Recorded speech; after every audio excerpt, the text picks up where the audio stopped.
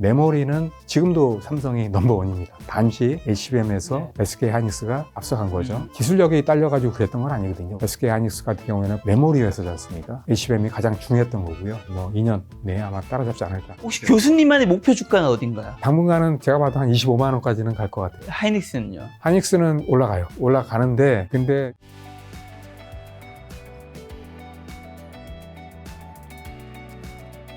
자, 김작가 TV에도 이제 몇 년 전부터 나오셔서 교수님께서 이제 삼성전자 굉장히 좋게 보신다고 매번 얘기해 주셨는데, 그래서 삼성전자 주가가 지금 18만 원 역사적 신고가를 찍었기에 교수님 모시고 삼성전자 이제 반도체 현황에 대해서 한번 점검하는 시간 가져볼까 하는데, 첫 번째로 일단 이번에 삼성전자 HBM4를 세계 최초로 양산했다는 소식이 있었는데, 앞으로 삼성전자 주도권을 가져갈 수 있을까요? 그럴 것 같아요. 예, 보니까 그 엔비디아가 얼마 전에 성능을 좀 높여달라고 얘기를 했어요. 근데 이제 지금 보시면은 스케줄이 가장 빨라요. 원래는 설이 지난 다음에 이제 납품을 할 예정이었는데 이게 일주일 정도 당겨졌나 봐요. 그래가지고 이제 어젠가 납품이 된 걸로 지금 나오고 있거든요. 그 다음에 또 봐야 되는 게 상당히 성능이 또 좋게 나왔지 않습니까? 최근에 보시면은 핀 속도가 상당히 빠릅니다. 11.7GBps거든요. 이게 원래 제덱 기준으로 보면은 8GBps예요. 그러니까 상당히 높은 거죠. 그 다음에 단일 스택 대역폭도 보시면은 3.3TB입니다. 이게 엄청난 속도입니다. 예. 이게 원래는 기준이 3.0이거든요. 훨씬 더 높죠. 예. 그 다음에 I/O, 이건 뭐냐면 이제 입출력입니다. 이것도 지금 2배가 늘었어요. 예, 그래서 2048기가 됐고요. 그 다음에 용량도 지금 이게 48GB인데 이것도 마찬가지로 이게 이제 16단일 때 그렇게 됩니다. 예. 그 다음에 에너지 효율도 40%가 개선이 됐고요. 예. 자, 그러면 이제 HBM4의 주요 성능이 굉장히 좀 뛰어나다는 건데, 삼성전자가 HBM4에서 경쟁사보다 이렇게 높은 사양의 오버스펙 전략을 취하는 전략적 이유가 있을까요? 예, 그럴 수밖에 없었어요. 왜냐면은 보시면은 지금 이제 3년 동안 삼성전자는 엔비디아에 납품이 안 됐지 않습니까? 그렇죠. 3년 동안 못했다고요. 원래 된다 했다가 말만 계속 있었거든요. 그래가지고 이제 작년부터 됐죠, 되기는. 예, 그래서 3년 동안 이제 시간을 거의 뭐 써버렸는데, 그러면서 이제 그 후발주자지 않습니까? 하다 보니까 이제 선발주자를 따라잡기 위해서는 뭔가 특별한 걸 좀 해야 돼요. 예전에 보시면은 GA 방식 파운드리에서 했지 않습니까? 그때도 마찬가지예요. TSMC를 쫓아가려고 이제 어떤 승부수를 띄운 거거든요. 물론 이제 잘 안 됐습니다만, 요번에는 그래도 상당히 잘 통한 것 같습니다. 성능이 좋게 나왔고요. 그 다음에 차이가 뭐냐면은 예전에 보시면은 예전 거보다는 상당히 성능이 좋아졌어요. 지금 제가 말씀드린 대로 상당히 좋아졌고, 이유가 있어요. 왜 그러냐면 D램 있지 않습니까? 이게 이제 HBM으로 이렇게 쌌는데 그 전보다도 상당히 개선이 됐죠. 왜냐면은 D램 같은 경우에 예전에 1A D램이었거든요. 근데 이제 SK 하이닉스는 1B D램이라고요. SK가 더 앞선 거죠. 그러니까 이제 더 한 단계 더 높여가지고 이제 1C D램을 다시 이제 설계를 했습니다. 그래가지고 이제 높인 거거든요, 성능을. 또 마찬가지로 또 로직 다이도 마찬가지로 보시면은 SK 하이닉스 같은 경우에는 자체 파운드리 공정이 없어요. 있는데 이제 그건 이제 자회사에 있습니다. SK 하이닉스 시스템 IC라고 있는데 그거 이제 성수 공정입니다. 그래서 지금 이제 TSMC에 맡기고 있다고요. 근데 이제 지금 하고 있는 게 12나노 공정입니다. 그거는 상당히 높죠. 근데 요번에 또 마찬가지로 삼성이 4나노 공정을 썼어요. 4나노 공정은 이제 핀팻 공정이거든요. 바로 GA 방식 바로 전 단계입니다. 하다 보니까 성능이 상당히 좋게 나온 거죠. 그것 때문에 제가 보기에는 이렇게 성능이 나왔다고 보거든요. 요 두 가지 때문에 상당히 성능이 좋았고, 그 다음에 실제로 얼마 전에 11일인가요? 그때 이제 송재혁 사장님이 인터뷰 기자랑 했었는데, 기자가 이제 고객사 반응이 어떠냐 이렇게 물어봤는데 상당히 만족스럽다 이렇게 이제 답변을 했거든요. 그만큼 이제 납기도 빨랐고 그 다음에 또 성능도 상당히 좋았고, 제가 보기에 가격도 상당히 메리트 있게 주지 않았나 이렇게 싶어요. 그러니까 엔비디아 입장에서는 뭐 마다할 이유가 없는 거죠. 특히나 이제 그 전에 보시면은 SK 하이닉스에 엄청 끌려다녔잖아요. 돈도 상당히 비싸게 사고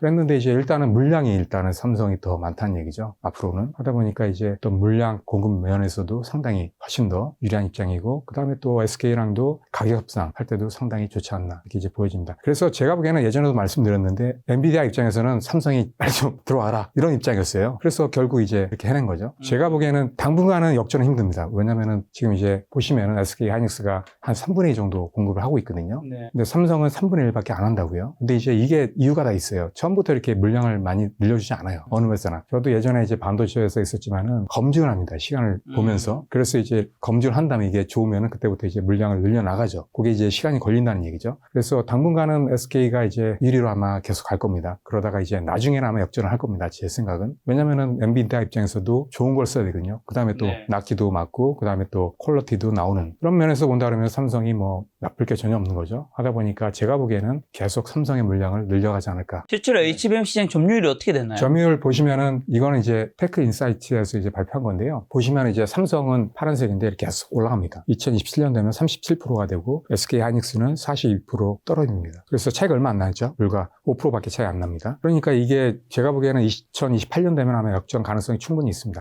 하이닉스가 점유율이 제가 들었기는 이것보다 더 높은 걸로 들었던 것 같은데 작년 기준에 55%였네? 이게 약간 차이 있는데 그 기관마다 있는데 여기서는 이렇게 발표를 했고요. 그 다음에 이게 또 분기마다 또 할 때가 있어요. 그러니까 분기 때는 높다가도 전체적으로 보면 이제 떨어질 수가 있는 거죠. 자, HBM4 시장에서 그럼 삼성전자 내세우는 원스톱 턴키 솔루션이 고객사들에게 매력적인 이유는 뭘까요? 있습니다, 충분히. 저도 예전에 상사했을 때 상사의 메리트가 바로 그런 거거든요. 뭐냐면은 고객 입장에서는 벤더를 한 가지로 가져가길 원해요. 왜냐면 이제 한 군데서 다 받아버리면 편하거든요. 근데 여러 벤더를 이렇게 나눠가지고 하나씩 받으면 엄청나게 불편하거든요. 또 이런 벤더를 다 관리해야 돼요. 엄청난 비용이 드는 거고 또 시간적으로도 상당히 문제가 있는 거죠. 근데 이제 삼성 같은 경우에는 원스톱 AI 솔루션. 그래서 보시면은 설계도 같이 합니다. 그죠? 시스템 LSI 사업부에서 설계도 할 수 있습니다. 보시면 이제 커스텀 SOC 사업팀이 있어가지고 거기서 이제 고객이 원하면 또 설계도 해주거든요. 그런 사업팀도 있습니다, 삼성에. 그 다음에 또 마찬가지로 파운드리 할 수 있죠. 그 다음에 또 패키지 할 수 있죠. 그 다음에 또 메모리, HBM도 공급할 수 있죠. 그러니까 삼성을 택하게 되면 한 번에 모든 걸 다 받게 돼요. 그러니까 이게 엄청난 메리트고요.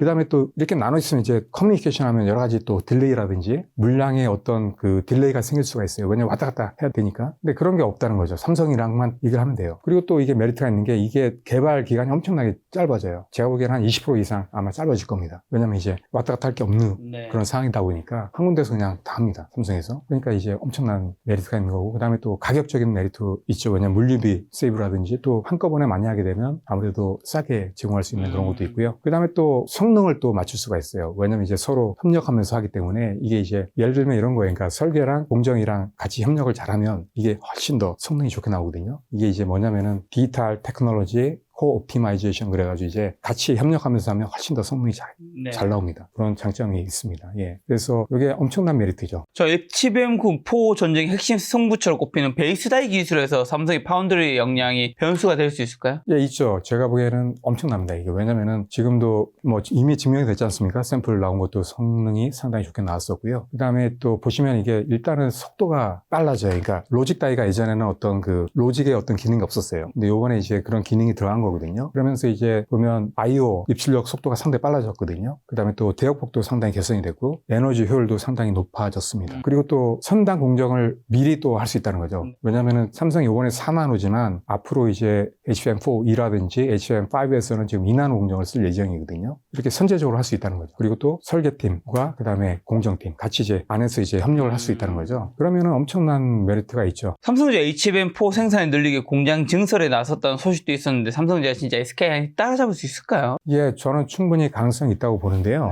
평택에 있는 P4 공장에서 이제 증산한다고 지금 발표가 됐죠. 그게 보니까 매달 한 10만 장 이상 증산할 것 같아요. 그러면 아마 제가 보기에는 SK하이닉스보다 더 훨씬 더 많아질 것 같아요. 지금 이제 수량이 거의 비슷하거든요. 근데 이제 훨씬 많아집니다. 그러면은 이제 물량 캐파가 엄청 많아지죠. 일단은 중요한 게 캐파입니다. 일단 고객 입장에서도. 그 다음에 또 그 삼성 최근에 이제 돈을 많이 벌기 시작했잖아요. 그러면서 오늘도 보니까 이제 그 자본금이 엄청나게 늘었다고 얘기를 하더라고요. 10조 원인가 늘었다고 얘기를 하더라고요. 그런 그 자본력이 또 중요해요. 왜냐면 이제 투자가 돼야 되거든요. 그런 투자가 이제 적극적으로 이루어지고 하게 되면은 훨씬 더 이제 투자를 많이 할 수 있는 거죠. 그러면은 제가 보기에는 2026년도는 아직까지는 뭐 차이가 좀 있지만 2027년도 되면 이제 거의 5%밖에 차이 안 나고 28년도가 되면 제가 보기에는 역전할 것 같아요. 그리고 또 엔비디아 입장에서도 삼성을 거부할 이유가 전혀 없거든요. 가격적인 메리트도 아마 분명히 있을 겁니다. 왜냐면 후발주자이기 때문에. 그 다음에 또 마찬가지로 성능도 상당히 좋게 나오죠. 그 다음에 또 먼저 지금 선정을 했다고요. HBM4에서, 삼성에서. 예, 물론 이제 SK 하이닉스도 뭐 상반기에 지금 납품이 예정이 돼 있지만 먼저 이제 선정을 했거든요. 이 선점이 중요합니다. 했기 때문에 제가 보기에는 상당히 앞으로 전망이 좋지 않나. 그리고 원래 메모리는 지금도 삼성이 넘버원입니다. 지금도 넘버원입니다. 단지 HBM에서 SK 하이닉스가 앞서간 거죠. 그리고 원래부터 1위였고 그 다음에 기술력이 딸려가지고 그랬던 건 아니거든요. 왜냐면 이제 SK 하이닉스 같은 경우에는 보시면 이제 메모리 회사지 않습니까? 하다 보니까 그 중에서도 HBM이 가장 중요했던 거고요. 하다 보니까 그쪽에 신경 쓴 거예요. 근데 삼성은 하는 게 많지 않습니까? 파운드리도 하고 있고, 세트 사업부, 그 다음에 모바일 스마트폰, 이것저것 파운드리, 시스템 SI 다 하다 보니까 이게 중요한 것들이 너무 많은 거예요. 그러니까 이제 분산되는 거죠. 하다 보니까 HBM이 그렇게 커질 줄 몰랐던 거죠. 그러면서 이제 제가 보기에는 앞으로 삼성은 HBM이 가장 중요하다는 걸 이제 이미 알고 있기 때문에 이쪽에 앞으로도 계속 아마 신경을 많이 쓸 겁니다. 그래서 아마 제가 보기에는 뭐 2년 내에 아마 따라잡지 않을까.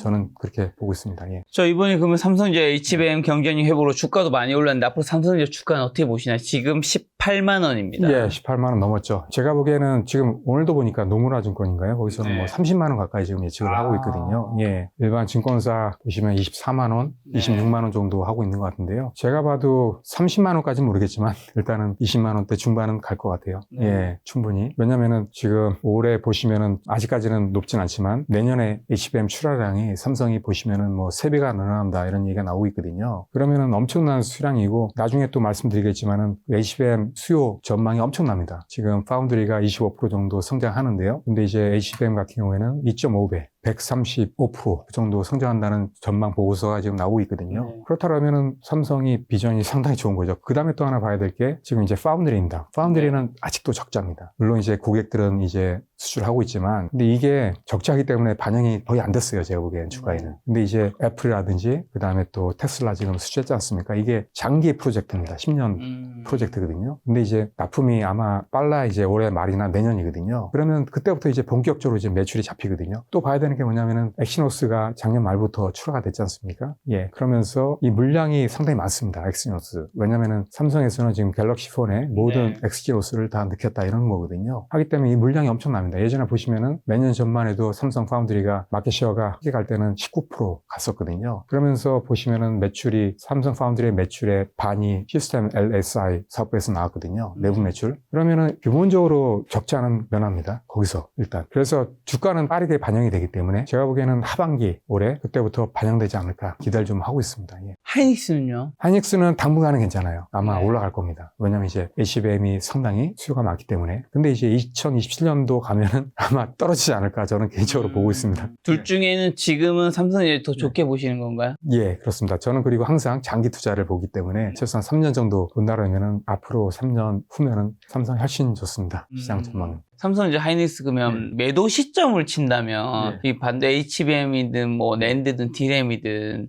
지금 어쨌든 반도체 시장에서 이제 이렇게 제조하는 삼성 이제 SK 하이닉스 위에 있으니까 가격이 오르는 건데 이게 계속 영원하진 않잖아요. 그렇죠. 영하진 않지만 이게 분명히 중간에 떨어집니다. 왜냐면 이제 네. 보시면은 메모리도 보통 3년이나 4년 주기적으로 보시면은 불황이 왔었거든요. 분명히 불황이 올 겁니다. 왜냐면 이제 증산 계속 하고 그러면은 분명히 불황이 옵니다. 근데 이제 불황이 왔다 그러더라도 이게 이제 어느 정도 지나면 또 올라간다는 거죠. 또 그 기간이 보통 1년, 1년 반 정도 됩니다. 그 이후에는 또 올라간다는 거죠. 그러니까 이렇게 올라갔다가 약간 떨어졌다가 다시 올라간다는 거죠. 예전에도 보시면은 반도체 시장은 계속 우상향했습니다. 자, 교수님 또 이번에 이제 반도체 슈퍼사이클 올라타라 이 책도 출간하셨는데 그럼 이번 슈퍼사이클은 언제까지로 보세요? 보통 기존에 뭐 스마트폰이라든지 이런 거는 어느 정도 기간이 정해져 있었어요. 근데 지금 AI 보시면은 기간이 언제 끝날지 몰라요. 지금 상당히 장기간 갈 것 같거든요. 왜냐면은 지금 최근에 보시면은 AI가 대세고 지금은 뭐 데이터 센터지만 이게 앞으로 할 게 너무 많거든요. 뭐 AI 에이전트라든지 그 다음에 또 보실 게 온디바이스 AI. 최근에 보시면은 스마트폰에 AI 기능이 들어가지 않습니까? 데이터 센터 연결 없이도 기기 내에서 이제 AI를 활용할 수 있는 그런 게 지금 되고 있지 않습니까? 근데 이제 스마트폰에서 끝나는 게 아니에요. 삼성도 보시면은 모든 디바이스에 Edge AI, 온디바이스 AI를 하겠다 이런 거거든요. 그러면은 모든 디바이스나 전자제품에 AI 기능이 들어갑니다. 뭐 냉장고, 가전 마찬가지입니다. 이 시장이 앞으로도 엄청나게 열린다는 거죠. 그 다음에 또 봐야 될 게 최근에 또 많이 얘기가 나오고 있는데 모빌리티라든지 아니면 또 로봇 있지 않습니까? 휴머노이드 로봇이라든지 이것도 지금 대세로 가거든요.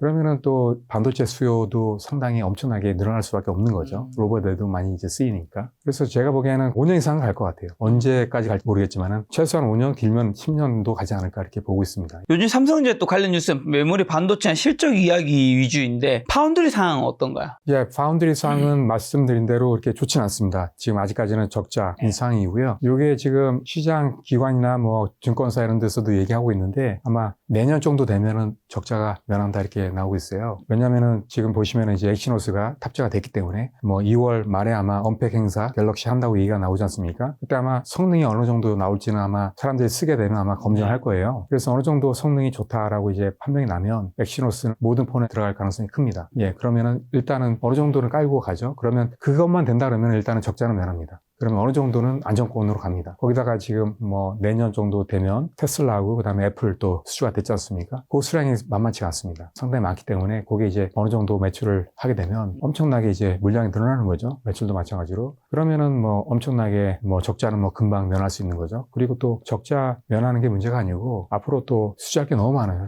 지금 이제 삼성 파운드를 보고 있는 회사들이 엄청 많거든요. 예를 들면 뭐 빅테크 기업들 있지 않습니까? 이런 데도 다 보고 있어요. 그다음에 마찬가지로 큰 기업들, 예를 들면 뭐 AMD라든지 퀄컴 이런 기업들도 지금 테스트를 하고 있거든요. 예, 그래서 조만간에 나올 것 같아요. 왜냐면 이런 기업들은 예전에도 삼성 파운드를 썼었거든요. 그랬다가 이제 TSMC로 간 거 그런 거거든요. 하다 보니까 분명히 다시 옵니다. 물론 이제 삼성한테 다 맡기진 않습니다. 일부 주겠죠. 그러면서 이제 늘려나가겠죠. 그런 식으로 하고 있고 또 최근에 추세 보면은 엄청난 많은 기업들 지금 수주를 하고 있어요. 예를 들면 뭐 최근 뭐 바이트댄스라는 회사도 지금 뭐 조만간에 샘플을 전달한다 이런 얘기도 나오고 있고요. 그다음에 또 암바렐라 미국 회사죠. 그다음에 또 프리퍼드 네트워크스라는 일본 회사 이런 회사들이 지금 이제 수주를 하고 있거든요. 하기 때문에 이 외에도 최근에 보시면은 중국 패밀리스 기업들이 엄청 많기 때문에 이런 기업들도 지금 삼성 파운드리 이용하려고 하고 있거든요. 하기 때문에 너무 많습니다, 지금. 그리고 또 TSMC 같은 경우에는 거의 이제 풀캡하거든요. 하다 보니까 맡길 수가 없어요. 왜냐면은 뭐 AMD라든지 퀄컴 이런 기업들은 솔직히 메인 고객이 아니거든요.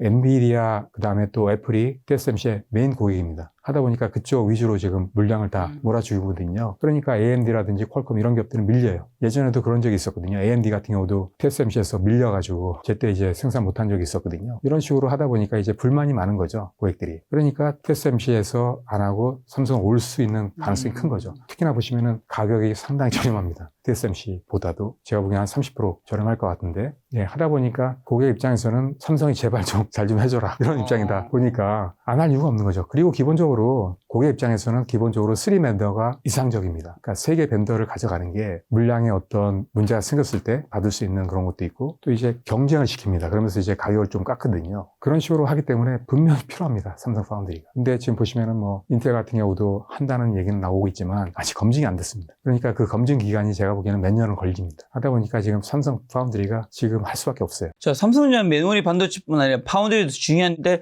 파운드리 산업도 그러면 적자에서 곧 벗어날 수 있나요? 네, 벗어날 수 있다고 봅니다. 그래서 제가 보기에는 빠르면 내년 초 정도 될 것 같아요. 지금 보면은 엑시노스가 탑재가 됐기 때문에 그게 이제 삼성 파운드리에서 제조를 하거든요. 하기 때문에 그 물량이 엄청납니다. 지금 보시면은 갤럭시 26에 지금 들어갔지 않습니까? S26에 들어갔는데 그 모델 보시면은 기본 모델이 있고 그다음에 플러스 모델이 있고 그다음에 울트라 모델이 있어요. 근데 보시면은 기본 모델하고 플러스 모델에는 지금 들어간 거거든요. 근데 울트라 모델에는 퀄컴 스냅드래곤이 들어갔어요. 그것도 아마 엑시노스 2700 그러니까 갤럭시 S27이 되겠죠. 거기에는 아마 탑재가 될 것 같아요, 지금 분위기는. 그러면 수량이 훨씬 더 늘어나거든요. 그래서 모든 폰에 지금 엑시노스를 넣겠다 이런 거예요. 그 다음에 또 엑시노스가 이게 이제 그것만 있는 건 아니에요. 보시면은 뭐 엑시노스 커넥트라고 있어요. 와이파이 이쪽에도 엑시노스가 들어가고요. 그 다음에 엑시노스 오토 자동차에도 들어가고요. 그 다음에 노트북 PC라든지 요게도 이제 엑시노스가 들어가고 그 다음 마찬가지로 뭐 냉장고라든지 가전 이런 거에도 들어가고 그 다음에 스마트 클래스라든지 이런 데도 다 넣을 수 있는 거거든요. 하다 보니까 이게 엄청난 수량이 됩니다. 앞으로도. 이 시장은 아직 열리지가 않았거든요. 조만간에 열립니다. 그러면은 엄청난 수량이 있기 때문에 이게 내부 매출만 해도 엄청난 수량이 기본적으로 깔려 있는 거죠. 그러니까 적자 터는 거는 이제 시간 문제라고 봅니다. 삼성 파운드리는 늘 TSMC와 비교가 되는데 아직 점유율 격차는 굉장히 좀 심한 편인데 언제쯤 이 격차를 좀 좁힐 수 있을까요? 예, 요게 예전에 뭐 따라잡는다 이런 얘기도 있었는데 이건 쉽진 않을 것 같아요. 객관적으로 딱 보시면 차이가 너무 심해요, 지금. TSMC는 지금 70%가 넘었거든요, 시장 점유율이. 삼성 파운드리는 지금 계속 떨어졌어요. 8% 정도밖에 안 됩니다. 엄청난 차이죠, 지금. 이게 이제 따라잡는다는 거는 쉽지 않습니다, 제가 봐도. 10년 걸려도 아마 쉽지 않을 정도로 상당히 격차가 있습니다. 근데 그나마 다행인 건 지금 이제 삼성 파운드리의 분위기가 상당히 좋다는 거, 그게 이제 상당히 호재입니다. 그래서 많은 고객들한테 지금 이제 수주를 받고 있다는 거. 그래서 제가 보기에는 앞으로도 이제 많은 고객들이 이제 맡길 거기 때문에 마켓 시어는 계속 올라갑니다. 그래서 뭐 10%, 20% 계속 올라갈 겁니다. 그래서 그게 시간이 좀 걸리겠죠, 아무래도. 근데 이제 그렇게 올라간다 그래도 워낙 수요가 많기 때문에 이게 가격 자체도 상당히 비쌉니다. 왜냐면 이제 2나노, 1나노 이렇게 갈수록 가격 자체는 엄청나게 올라가거든요.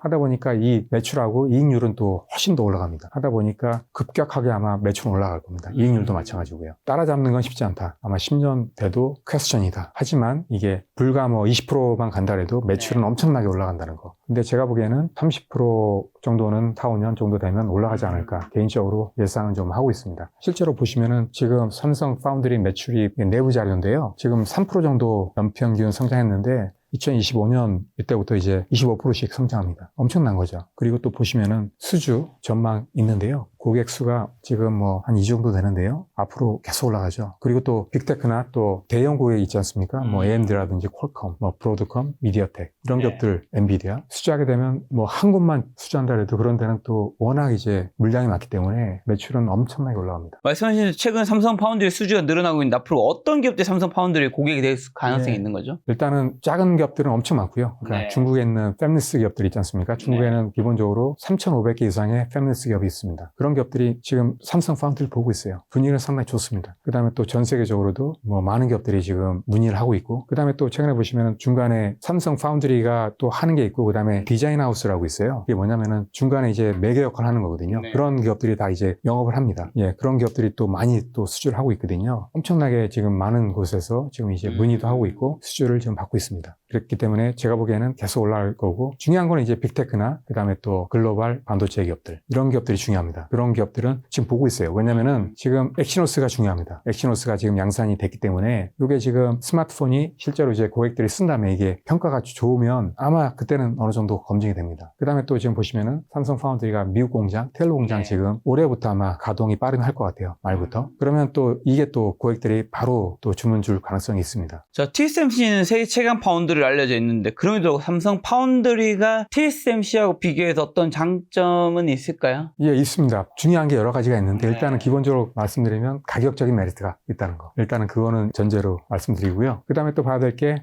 파운드리뿐만이 아니고 메모리도 같이 하고 있죠. 그 다음에 설계도 같이 하고 있죠. 삼성은. 하다 보니까 이렇게 턴키로 이 모든 걸 다 할 수 있다는 게 메리트입니다. TSMC는 그렇게 못합니다. TSMC가 할 수 있는 거는 보시면은 제조, 그죠? 파운드리 해주는 거. 그 다음에 또 할 수 있는 게 패키징입니다. 그 두 가지는 할 수 있어요. 근데 TSMC는 설계를 못합니다. 그 다음에 또 할 수 없는 게 메모리를 만들 수가 없어요. 삼성은 이 두 가지를 한다는 거죠. 예, 이게 엄청난 메리트입니다. 보시면은 뭐 빅테크라든지 많은 기업들이 그 AI 반도체를 만들고 싶어 해요. 근데 이제 설계하는 것도 그게 쉽지가 않거든요. 어느 정도 기술력이 많이 필요하고 또 돈도 엄청나게 많이 듭니다. 설계하는 것조차도. 근데 보시면은 커스텀 SoC 사업팀이 삼성 내에는 있어요. 거기서 이제 설계도 같이 해줄 수 있는 거거든요. 예전에 보시면은 뭐 테슬라라든지 바이두 이런 기업들도 다 삼성에서 설계를 해준 거거든요. 초기에. 그런 걸 할 수 있다는 거죠. 그 다음에 또 마찬가지로 또 메모리, HBM을 또 공급을 할 수 있다는 거죠. 왜냐면 이제 패키징을 하지 않습니까? 그러니까 고객은 아무것도 없고 자본만 있어. 그러면은 삼성이 모든 걸 다 알아서 해줄 수 있다는 거예요. 그러니까 고객 입장에서는 TSMC보다 훨씬 더 메리트가 있는 거죠. 그리고 또 이게 그렇게 되면 엄청나게 개발 기간이 짧아집니다. 그 다음에 또 삼성한테만 얘기하면 돼요. 다른 데 얘기할 필요도 없어요. 근데 TSMC 같은 경우에는 SKI도 얘기해야 되죠. 설계 같은 거 어느 정도는 할 수 있습니다. TSMC도. 근데 삼성처럼 못해요. 예, 하다 보니까 이게 많은 또 다른 회사랑 같이 또 협업을 해야 돼요. 네. 이게 좋은 것도 있지만 이게 불편하거든요. 기본적으로. 또 물량도 왔다 갔다 하는 게. 그 다음에 또 여러 가지 문제 생겼을 때 이게 해결하는 것도 서로 떠넘긴다고요. 책임을. 근데 이제 삼성은 내부적으로 다 그런 걸 다 원인 파악도 금방 하고 그 다음에 또 해결도 금방 할 수 있다는 거죠. 그런 장점이 있음에도 불구하고 TSMC와 파운드의 격차가 굉장히 큰 거는 TSMC가 가진 장점이 압도적인 건가 보네요. 그렇죠. 그러니까 왜냐하면 그럴 수밖에 없어요. TSMC 같은 경우에는 업력이 상당히 길잖아요. 1987년도부터 시작을 했습니다. TSMC는. 그러니까 이게 원주예요. 이 회사는. 근데 삼성 파운드리는 역사가 짧아요. 그러니까 삼성 파운드리가 처음 이제 사업을 시작한 게 2005년도거든요. 그때 처음으로 했었고 그 다음에 또 정식적으로 이제 분리가 된 거는 2017년도입니다. 그때부터 본격적으로 시작을 했죠. 그러니까 이게 업력이 짧아요. 예, 하다 보니까 여러 가지 약간 불안하죠. 안정성이 떨어져요. TSMC는 또 이런 철학이 있잖아요. 고객과 절대 경쟁하지 않는다. 고객과 같이 동반 성장한다. 이런 철학이 있거든요. 하다 보니까 그런 어떤 마인드도 있었고요. 왜냐하면 삼성 파운드리는 그런 게 없었어요. 왜냐하면 이게 고객이랑 같이 성장한다는 그런 개념조차도 없었어요. 근데 애초부터 이제 TSMC는 그런 정신이 투철했거든요. 하다 보니까 이제 상당히 신뢰성이 상당히 높은 거죠. 그 다음에 고객을 많이 도와줬죠. 왜냐면 이제 고객이 설계하는데 어려움을 겪으면은 바로 가서 이제 도와주고 또 키웠어요. 많은 그 스타트업 기업들을 많이 키워줬어요. 그러니까 많이 도와주고. 엔비디아도 맨 처음 했을 때 그 진짜 아마 엔비디아가 TSMC가 없었으면 아마 그렇게 성장 못했을 거예요. 처음에도 모리스 장이 엄청나게 도와줬거든요. 문제 있을 때 바로 해결해주고 그 다음에 또 여러 가지 이제 공정도 먼저 배정해주고 이런 어떤 배려가 있었기 때문에 그렇게 성장할 수 있었거든요. 그래서 엄청 친합니다. 둘이서. 삼성전자의 2나노 공정과 엑시노스 2600 성공 여부가 TSMC에 집중된 파운드 시장의 판도를 바꿀 수 있을까요? 예, 바꿀 수 있죠. 예. 일단은 이게 중요합니다. 왜냐면은 고객 입장에서는 자체 칩도 못 하는데 어떻게 남의 칩을 해줘? 이렇게 얘기하거든요. 그래서 자체적으로 검증을 해야 됩니다. 일단은. 네. 이게 진짜 퀄컴 스냅드래곤하고 비교해도 전혀 문제가 없다라는 걸 이제 증명을 해야죠. 그게 이제 조만간에 될 것 같아요. 지금 이제 언팩 행사하기 때문에 고객들이 이제 실제로 쓰게 되면 성능이 이게 왜냐면은 스마트폰 같은 경우에 가장 중요한 게 AP거든요. AP에서 성능을 결정합니다. 그러니까 바로 이게 나오거든요. 뭐 이게 뭐 테스트에서는 좋았지만 이게 실제로 디바이스에 탑재돼가지고 성능이 나오는 건 또 다른 문제거든요. 하기 때문에 실제로 고객들이 써보면 금방 알 수 있는 거죠. 하기 때문에 이게 상반기 되면 어느 정도 검증이 될 것 같아요. 그래서 만약에 이제 좋게 판명이 난다 그러면은 분명히 이제 고객들도 그때는 이제 태도가 변하겠죠. 교수님은 아까 전에 이제 HBM 시장은 2년 뒤에 삼성전자 놀랍게도 SK하이닉스의 점유율을 많이 뺏어서 역전할 수 있다고 얘기해 주셨는데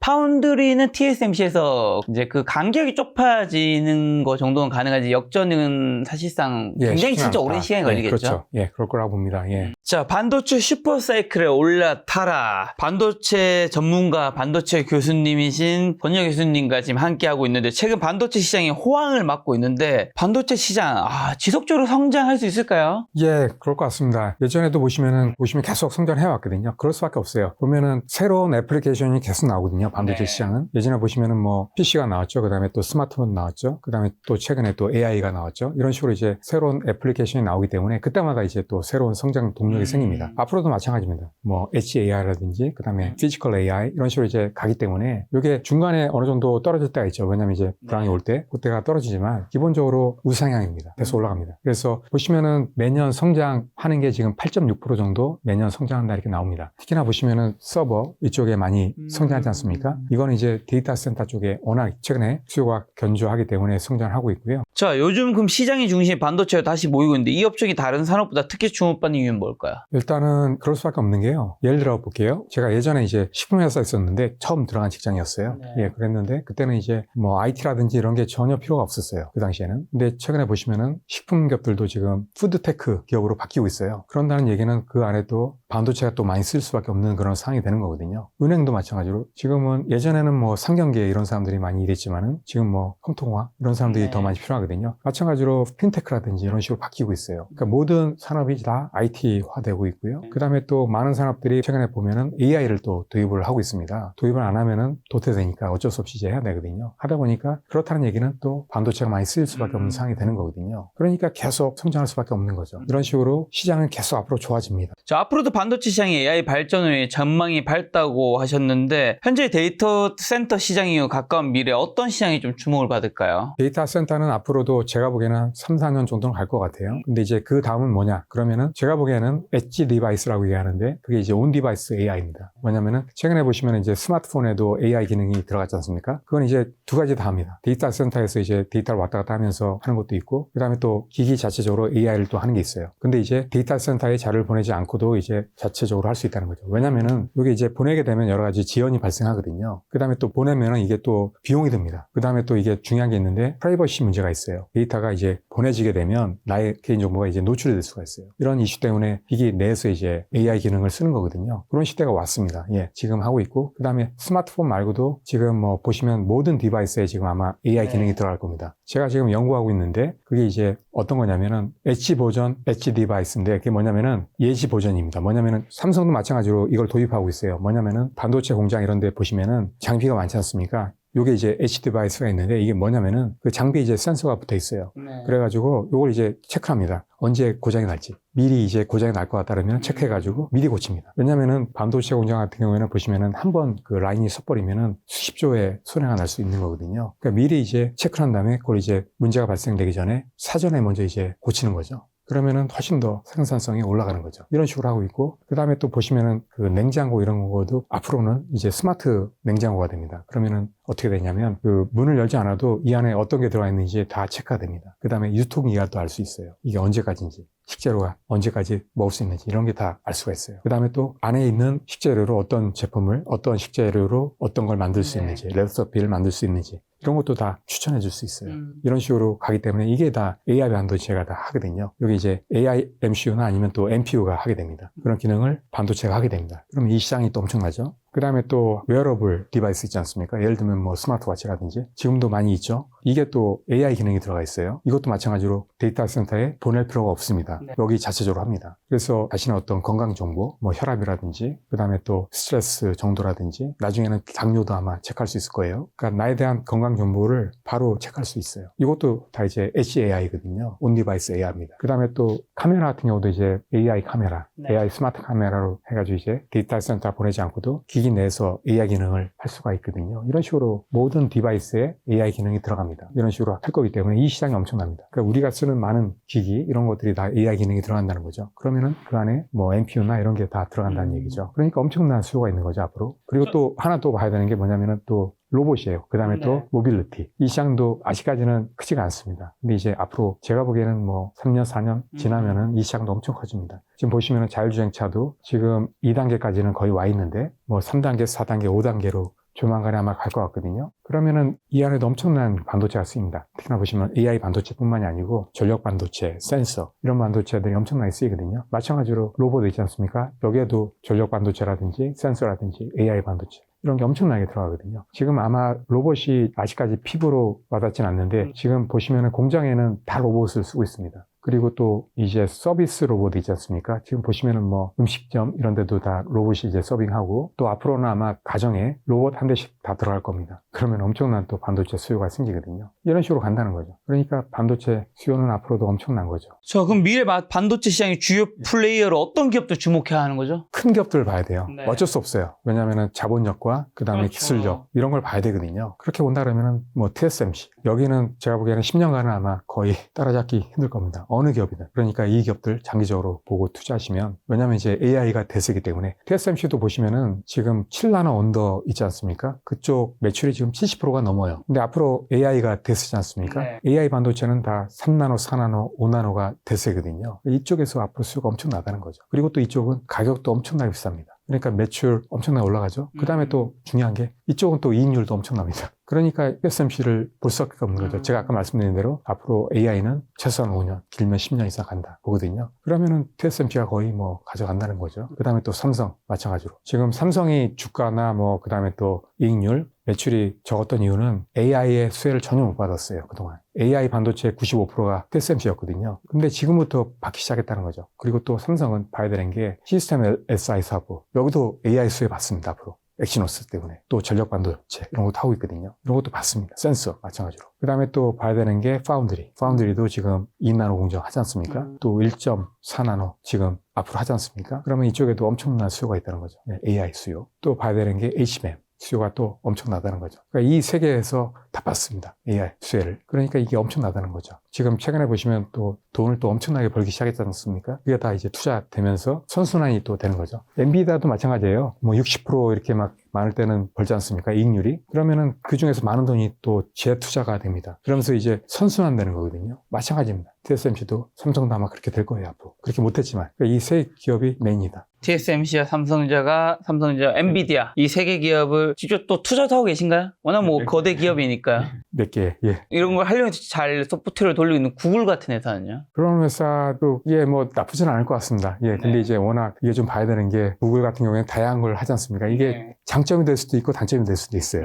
반도체 시장에서 또 패키징이 중요해지고 있는데 왜 패키징이 중요해지고 있고 어떤 기업들 주목해야 하는 걸까요? 패키징도 마찬가지로 TSMC가 넘버원입니다. 파운드리 2.0이 뭐냐면 지금까지는 파운드리 1.0이었어요. 근데 2.0으로 바뀌었는데 이게 뭐냐면은 TSMC는 기존에 보시면은 제조만 했지 않습니까? 요게 1.0이에요. 근데 앞으로는 패키징, 그 다음에 또 설계, 요것도 하고, 그 다음에 또 웨이퍼라든지 마스크라든지 이런 것도 다 하겠다는 거예요. 이게 2.0이거든요. 네. 왜냐면 이럴 수밖에 없어요. 왜냐면은 TSMC 거의 지금 70% 넘기 때문에 이게 독점 이슈가 엄청나거든요. 지금 네. 견제를 많이 당해요. 미국이나 뭐 유럽 이런 기업한테 또 정부한테. 그러니까 이게 계속 낮추려고 그래요. 근데 이제 패키징이라든지 다른 걸 넣게 되면 이게 점유율이 떨어지거든요. 그러니까 할 수밖에 없어요. 그리고 또 TSMC는 패키징 넘버원입니다, 지금. 이 패키징 투자를 엄청 했어요, 예전부터. 네. 오래전부터 투자를 했거든요. 그래서 지금 뭐 엄청나죠. 마켓시어가 38%입니다. 작년 기준으로. 그 다음에 또 ASE라는 기업이 있는데 이게 오셋 기업이라고 하죠. 넘버원입니다. 이 기업이 큰 이유가 왜냐하면 TSMC 때문에 엄청나게 컸어요. 물량을 ASE에 엄청나게 몰아줬거든요. 하다 보니까 ASE가 엄청나게 커졌어요. 그래서 대부분의 TSMC 물량을 다 ASE에서 하고 있습니다. 지금도 많이 맡기고 있어요. 물론 중요한 패키징은 지금 하고 있지만 왜냐면 이제 코어스 패키징도 지금 물량이 엄청나게 많이 늘어났기 때문에 감당 못 하거든요. 그러니까 못하는 것들은 다 맡기는 거예요. 그래서 엄청나게 늘어났고 그 다음에 또 TI라든지 뭐 인텔이라든지 인피니엄 이런 기업들은 다 IDM 기업입니다. 그러니까 패키징 다 할 수가 있어요. 자체적으로. 삼성도 마찬가지로 IDM이기 때문에 패키징을 다 할 수가 있어요.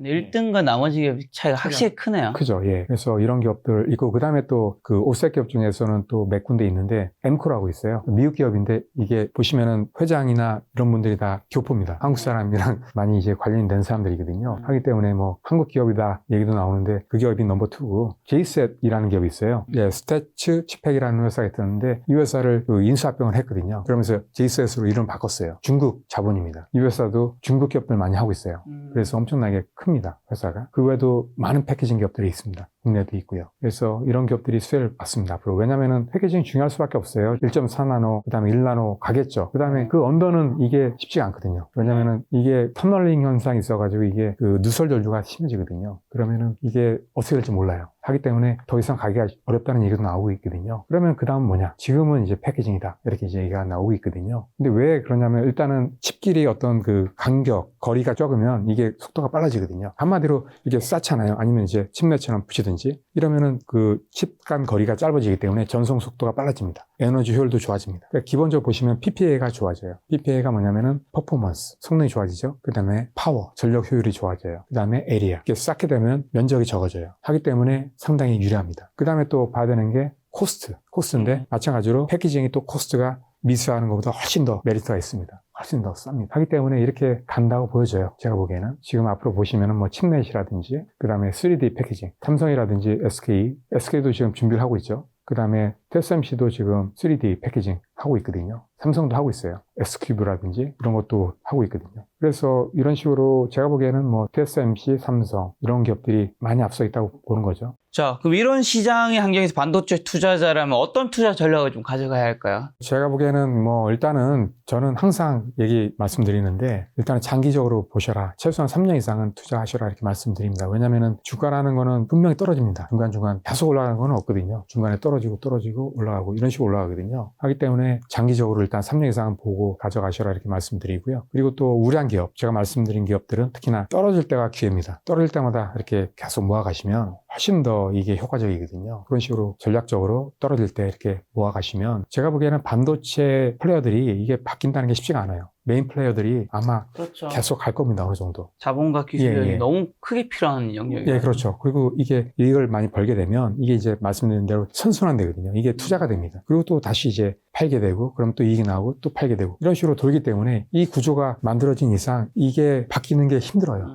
그렇게 할 수 있는 기업이 없거든요. 할 수가 없어요. 빅텍이나 이런 기업들은 뭐 힘들지만 그래도 가능성이 있는데 이거는 반도체는 특히나 이게 사이클이 있기 때문에 이게 쉽지가 않습니다. 따라잡는다는 게. 자, 퀄컴과 미디어텍, 애플 모두 또 스마트폰의 AP 점유율을 감소하는 가운데 삼성 Exynos만 성장하는 구조는 어떻게 만들어진 건가요? 예, 다른 데는 다 떨어졌죠. 지금 미디어텍도 마이너스 8%, 퀄컴도 마이너스 9%, 애플도 마이너스 6%, 유니속도 마이너스 14%, 삼성만 올라갔어요. 이유가 있어요. 네. 지금 보시면 2025년하고 26년이거든요. 네. 근데 작년 말부터 엑시노스 2600이 갤럭시 S26에 탑재가 됐다는 얘기죠. 그러면서 이 물량이 엄청납니다. 물량으로 보시면은 애플보다 삼성이 더 많지 않습니까? 예, 하다 보니까 거기에다 이제 엑시노스가 들어간다는 거죠. 물론 이제 울트라 모델에는 빠졌지만 그래도 또 다른 모델 있지 않습니까? 네. 그런 모델에도 많이 탑재가 됐기 때문에 이 물량이 엄청납니다. 하다 보니까 예전에 적었던 이유가 왜냐면은 스냅드래곤 이걸로 이제 대체가 됐거든요. 그러면서 이제 마켓시어가 떨어진 거거든요. 근데 이번에 탑재가 되면서 엄청나게 올라간 거죠. 이런 식으로 앞으로 만약에 탑재가 더 늘어난다 그러면은 계속 올라가겠죠. 왜냐면 이 시장은 기본적으로 성숙 시장입니다. 포화 시장입니다. 더 이상 올라갈 게 없어요. 서로 뺏어 먹기거든요. 하다 보니까 이렇게 갈 수밖에 없어요. 제가 보기에는 앞으로 계속 올라갈 것 같습니다. 특히나 스마트폰이지만 만약에 AP가 뭐 다른 엣지 디바이스, 온 디바이스로 간다면 더 올라갑니다. 근데 이쪽은 지금 이제 스마트폰이기 때문에 그런데 최근 많은 빅테크 기업이 자사 AI 칩을 만들고 있는데 이런 기업들이 자사 칩을 만든 이유는 뭘까요? 예, 그럴 수밖에 없습니다. 왜냐면은 예전에도 그 자동차 그때도 칩이 없어가지고 자동차를 못 만들었지 않습니까? 네. 마찬가지로 지금도 엔비디아 칩이 없어가지고 빅테크 기업들이 사업하는데 상당히 지장이 되고 있지 않습니까? 하다 보니까 이게 상당히 불안한 거예요. 하다 보니까 안 되겠다, 만들어야겠다 이렇게 생각할 수밖에 없는 거죠. 그리고 그리고 이것뿐만이 아니고 보시면은 또 가격적인 어떤 메리트도 되게 커요. 제가 보기에는 자체적으로 만들게 되면 가격은 제가 보기에 30% 이상 훨씬 더 저렴하게 네. 만들 수 있거든요. 그 다음에 또 봐야 되는 게 뭐냐면은 이게 딱 그 커스텀화된 그런 사항을 만들 수가 있어요. 그러니까 더 훨씬 더 원하는 사양을 만들 수 있다는 거죠. 그러니까 최적화할 수 있는 그러한 장점이 있어요. 그러니까 필요 없는 건 빼버리고 필요한 것만 딱 만들 수 있고, 그러니까 엔비디아 같은 경우에는 범위용 GPU이기 때문에 네. 필요 없는 것들이 있거든요. 네. 하다 보니까 전력 소모라든지 크기라든지 이런 게 문제가 있는데 이거는 필요한 것만 딱 넣어가지고 만들 수 있는 거예요. 하다 보니까 훨씬 더 최적화해가지고 성능이 더 좋은 그러한 칩을 만들 수 있다, 이런 장점이 있는 거죠. 그러니까 만드는 게 훨씬 더 좋은 거죠. 그 다음에 또 끌려다닐 필요도 없고요. 훨씬 더 좋은 거죠. 이 제4사 칩을 계속 만드는 게 한국의 삼성전자, SK하이닉스 같은 기업에는 더 호재인 건가요? 삼성한테 호재일 수 있는 거죠. 왜냐하면 삼성 파운드리한테는 엄청난 호재가 될 수 있는 거죠. 삼성 파운드리에서 그걸 만들어줄 수 있는 거니까. 그리고 또 만약에 설계하는데 약간 문제가 있다, 그러면은 또 삼성 SOC 사업팀 있지 않습니까? 커스텀 SOC. 거기서 이제 도움을 줄 수 있는 거죠. 그러면 그것도 이제 매출이 잡히겠죠. 그 다음에 또 마찬가지로 그 또 패키징을 해야 되니까 삼성이 그것도 해줄 수 있고, 또 메모리가 필요하지 않습니까? 보면은 GPU나 NPU 옆에 또 메모리 HBM이 들어가거든요. 그러니까 삼성 메모리 사업팀이 또 훨씬 더 이점이 있는 거죠. 자, AI 칩이 또 기존 엔비디아의 GPU에서 다른 칩으로 조금씩 전환되고 있는데 왜 그렇고 어떤 칩들이 주목받고 있을까요? 예, 지금 데이터 센터는 두 가지가 있는데 보면 이제 학습과 추론이 있어요. 네. 근데 학습은 그동안 많이 했지 않습니까? 근데 네. 앞으로 이제 추론으로 많이 가거든요. 네. 더 이상 이제 학습할 게 많이 없어요. 추론이 아마 커질 겁니다. 근데 이제 GPU 보시면은 학습에는 상당히 적합합니다. GPU가. 근데 이제 추론 쪽에는 적합하지가 않아요. 일단 가격이 너무 비싸요. 그 다음에 또 전력 소모가 엄청납니다. 하다 보니까 굳이 GPU를 쓸 필요가 없거든요. 그래서 최근에 보시면은 뭐 에이직이라든지, 그래서 브로드컴 이 회사가 또 최근에 잘 나갔지 않습니까? 에이직 때문에. 이건 이제 그 커스텀 사양 칩이거든요. 딱 특화되게 만들어 주는 거예요. 그러니까 이 수요가 엄청 낮죠. 그리고 또 NPU가 또 많이 필요합니다. 이게 왜냐면 또 가격이 싸고 전력 소모가 엄청나게 덕습니다. 하다 보니까 국내에도 뭐 피로사라든지, 그 다음에 또 리벨리온이라든지 이런 기업들이 하지 않습니까? 이런 기업들이 또 할 수 있는 거죠. 그러니까 이런 기업들이 아마 앞으로 좀 주목을 받을 것 같고요. 특히나 또 NPU 같은 경우에는 데이터 센터 말고도 온디바이스 AI 그쪽에도 앞으로 많이 쓰이거든요. 하기 때문에 이 시장이 엄청납니다. 앞으로. 하기 때문에 이쪽 시장을 또 주목을 좀 할 필요가 있다, 이렇게 이제 보여집니다. 지금 또 중국 반도체 기업들의 성장세가 무서운데 앞으로 중국 반도체 기업들이 한국 반도체 기업들을 크게 위협하게 될 수도 있나요? 예, 제가 몇 년 전에도 책을 하나 썼는데 거기도 한국 반도체 기업하고 중국 반도체 기업을 제가 비교한 게 있어요. 네. 그 당시에도 비교를 했는데 일단은 중국에서 지금 이제 따라오지 못한 게, 나머지는 다 따라왔습니다. 근데 이제 따라오지 못한 게 뭐냐면은 메모리하고 그 다음에 또 파운드리입니다. 메모리는 지금 중국에서 하고 있는 게 창신 메모리, 거기서 D램을 하고 있고요. 그 다음에 YMTC에서 낸드를 하고 있어요. 그 낸드는 지금 많이 쫓아왔어요. 거의 1년 차이밖에 안 나고요. 그 다음에 D램 같은 경우에는 뭐 3년, 4년 정도밖에 차이가 안 납니다. 예, HBM도 지금 중국도 만들고 있어요. HBM3까지는 만들었는데 아직 성능 검증이 안 됐고요. HBM2는 지금 양산이 되고 있어요. 그래서 그것도 차이가 좀 납니다. 그래서 한 3, 4년 이상 차이가 나고 있고요. 그래서 아마 3, 4년 있으면은 어느 정도 쫓아오겠죠. 근데 이제 이게 중국이 최근에 뭐 이렇게 많이 쫓아온 게 아니에요. 예전 10년 됐거든요, 지금. 중국에서 메모리 투자한 게. 근데 최근에 이제 눈에 가시적으로 들어올 정도로 많이 쫓아갔죠. 그래서 제가 보기에는, 근데 이제 한국도 놀고 있는 게 아니기 때문에 계속 더 높은 사양의 제품을 지금 만들고 있기 때문에 아마 시간은 좀 걸릴 것 같아요. 그 다음에 또 파운드리 같은 경우도 지금 이제 많이 쫓아왔어요. 지금 그나마 다행인 게 EUV 장비 도입이 안 되지 않습니까? 왜냐면 이제 지금 제재가 있기 때문에. 중국에. 예. 근데도 7나노 반도체 만들고 있어요. 왜냐면 그 이전 버전이 있는데 DUV 장비 있어요. 그 이제 EUV 장비 이전 버전인데 그걸로 지금 이제 멀티 패터닝, 여러 번 이제 패터닝 해가지고 이제 만들거든요. 성능은 뭐 어느 정도 좋게 나오고 있어요. 근데 이제 아무래도 비용이라든지 또 수율이 안 좋기 때문에 다른 데 팔기에는 좀 그렇습니다. 왜냐면 중국 자체적으로는 할 수 있지만 다른 데 파는 데는 좀 약간 문제가 있습니다. 그런 상황이고요. 그 다음에 또 나머지는 거의 쫓아왔습니다. 거의 따라잡았죠. 더 낫습니다. 뭐 장비라든지, 그 다음에 또 여러 가지 또 다른 것들이 있지 않습니까? 뭐 팹리스 특히나 보면 3,500개 이상 AI 반도체 기업들도 많습니다. 중국에는. 이런 기업들 엄청나게 많기 때문에 이미 다 앞섰습니다. 메모리 반도체가 또 AI 산업의 조연에서 주연으로 격상되었다고 평가하는 근거는 뭘까요? 글로벌 AI 메모리 시장 전망 보시면요. 지금 보시면 엄청나게 성장합니다. 그래서 한 50% 정도 성장을 하죠. 그 다음에 내년도 마찬가지고요. 내년도 마찬가지로 엄청나게 성장합니다. 이 수요가 있기 때문에 지금 보시면은 시스템 반도체보다도 메모리가 훨씬 더 수요가 더 많습니다. 예. 지금 성장률이 엄청나죠. 올해 보시면은 지금 파운드리보다도 메모리 성장이 한 2.5배 됩니다. 엄청나죠. 예, 이런 식으로 엄청나기 때문에 메모리 기업들을 주목할 수밖에 없어요. 이런 게 반영이 돼가지고 지금 주가가 엄청나게 올라가고 있는 거거든요. 여기 아마 제가 보기에는 몇 년간은 갈 것 같아요, 지금. 왜냐면 데이터 센터가 앞으로 한 3년 동안은 계속 투자가 예정이 돼 있기 때문에 지금 빅테크 기업들 엄청나게 투자하지 않습니까? 앞으로도. 네. 하기 때문에 투자하게 되면 분명히 삼성이라든지 SK가 수혜를 보거든요. 몇 년간은 좋을 것 같습니다. 그 다음에 또 뭐 엣지 AI라든지 피지컬 AI. 기본적으로 그 폰 너이만 방식은 프로세서랑 메모리가 같이 쓰입니다. AI 반도체가 쓰이면 그 옆에 반드시 메모리가 들어갑니다. HBM이 들어갑니다. 마찬가지로 자동차도 마찬가지예요. 자동차에도 앞으로 HBM이 들어갑니다. 그런 식으로 쓰이기 때문에 수요는 엄청납니다. 자, 이 영상을 보고 계신 분들 아무래도 삼성전자, SK하이닉스도 특히 투자하고 계신 분들 많을 텐데 지금 갖고 있는 분들이라면 좀 어떻게 하셨으면 좋겠는지 보유자분들, 그 다음에 안 갖고 있는 분들 지금 삼성전자 18만 원, SK하이닉스 88만 원 이 가격대에 사도 되는지. 저도 그 질문을 최근에 엄청나게 받습니다. 받죠. 예, 엄청 받고요. 그리고 또 제가 한 2달 전에도 제가 계속 갖고 계셔라 이렇게 말씀 다 드렸거든요. 네. 그 기간에 벌써 한 4만 원 정도 올랐습니다. 근데 아직도 갖고 계셔라 이렇게 말씀드립니다. 계속 올라갑니다. 예, 올라가고. 왜냐면 이제 파운드리 수혜를 못 받고 있기 혹시 때문에. 교수님만의 목표 주가는 어딘가요? 제가 당분간은 제가 봐도 한 25만 원까지는 갈 것 같아요. 삼성전자 예. 25만 원. 예, 한 1년? 네. 네. 예, 예. 하이닉스는요? 하이닉스는 올라가요. 올라가는데, 근데 시간이 갈수록 떨어집니다. 제가 보기에는. 그 이유가 삼성이 HBM에서 아마 역전할 것 같아요. 예, 예. 삼성이 아까 전에 보여주신 HBM에서 역전하는 그런 지금 징조가 보이긴 하는 상황인가요? 예, 보이고 있죠. 계속 올라가지 않습니까? 삼성은. 네. 근데 SK 하이닉스는 떨어지죠. 그리고 또 지금 뭐 SK 하이닉스는 지금 엔비디아 위주지 않습니까? 네. 삼성은 엔비디아 위주가 아닌 다른 기업들을 다 잡고 있어요. 거의 많이. 하기 때문에 고객 다양성 면에서도 훨씬 더 삼성전자가 유리합니다. 자, 마지막으로 그러면 투자자들 위해서 좋은 한마디 해주시고 또 반도체 슈퍼사이클 올랐다 책도 신간도 출간하셨는데 책에 대한 소개도 가볍게 한번 해주신다면요. 예, 저는 일단은 장기적으로 보셔라. 절대 네. 떨어졌다고 파시지 마시고 네. 한 3년 정도는 투자하시고 오래 투자할수록 더 좋습니다. 그래서 저 같은 경우도 3년 내에는 안 팝니다.